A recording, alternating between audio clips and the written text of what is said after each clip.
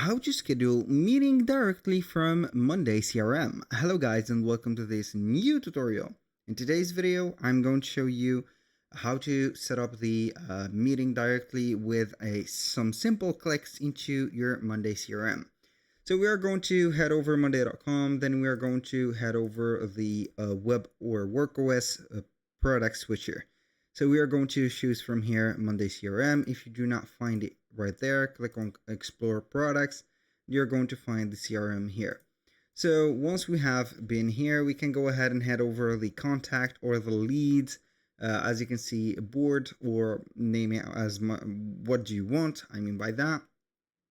And you're going to click on the update section of it. So what we're going to do now is going to be head over the emails or the activities, and we can go ahead and integrate. Basically, I'm going to integrate something, which is going to be the Google Calendar. I'm going to connect my Google Calendar real quick.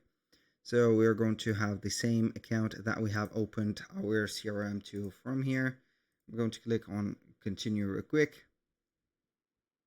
Here we have it. So it is connected. Now we are going to extend the update again, or the content of the contact again. Here we have it. We can go ahead and head over the email and activities, and it is going to add an activity from here. We're going to put here schedule meeting, and then we're going to choose a Google Calendar.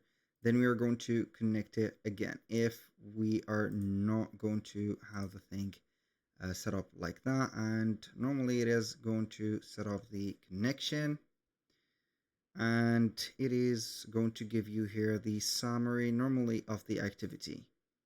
So normally it is going to be here. So the schedule meeting, you can go ahead and set up the meeting. Here we have it.